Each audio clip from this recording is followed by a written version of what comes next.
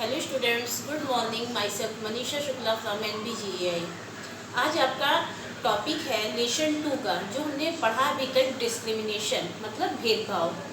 तो अब आज आपका टॉपिक इसका लास्ट है, स्ट्राइविंग फॉर इक्वलिटी मतलब इक्वलिटी के लिए प्रयास, मतलब समानता के लिए प्रयास किया गया।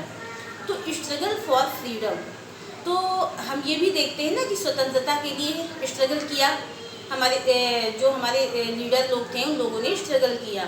फिर struggle against British rule, struggle for equality.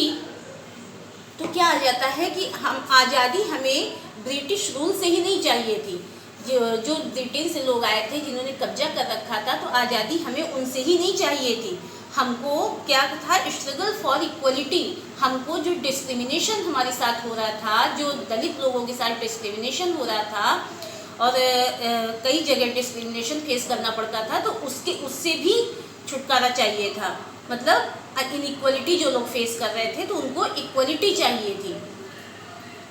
अब इसमें कौन कौन से लोग इनइक्वलिटी फेस कर रहे थे?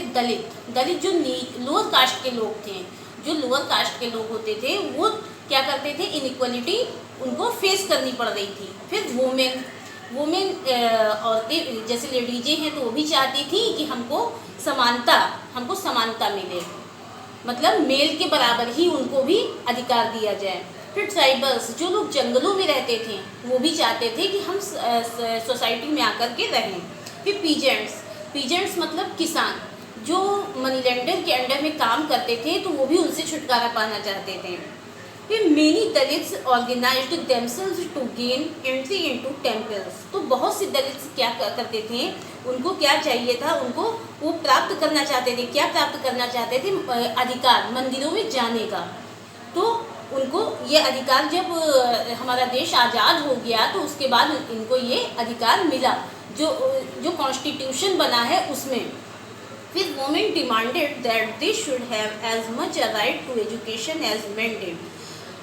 फिर लेडीज़ों की क्या डिमांड थी, मतलब फीमेल की क्या डिमांड थी कि मेल के बराबर ही उनकी भी पढ़ाई लिखाई पे ध्यान दिया जाए, मतलब उनको भी उतना ही पढ़ने लिखने पे ध्यान दिया जाए। तो ऐसा है अब।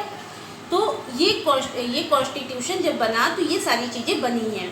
फिर peasants tribals fought to release themselves from to money lender and the high interest they were charge. और जो पीजेंट्स थे, ट्राइबल्स थे, ये लोग क्या करते थे, इनको ये जो इंटरेस्ट देते थे, जो ब्याज देते थे, मतलब मनी लेंडर को जो इनको देना पड़ता था कर के तौर पे। कर मतलब जैसे किराया, तो उसमें देना जो पड़ता था, तो क्या होता था, तो उससे भी ये छुटकारा इनको मिला।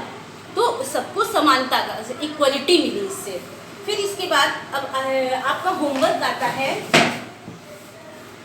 What does the Constitution say with regard to equality? ये आपका होमवर्क है, ये आपको करना है। आज से लेसन 2 कंप्लीट हो गया है। अब इसके आगे हम ज्योग्राफी में पढ़ाएंगे। ओके।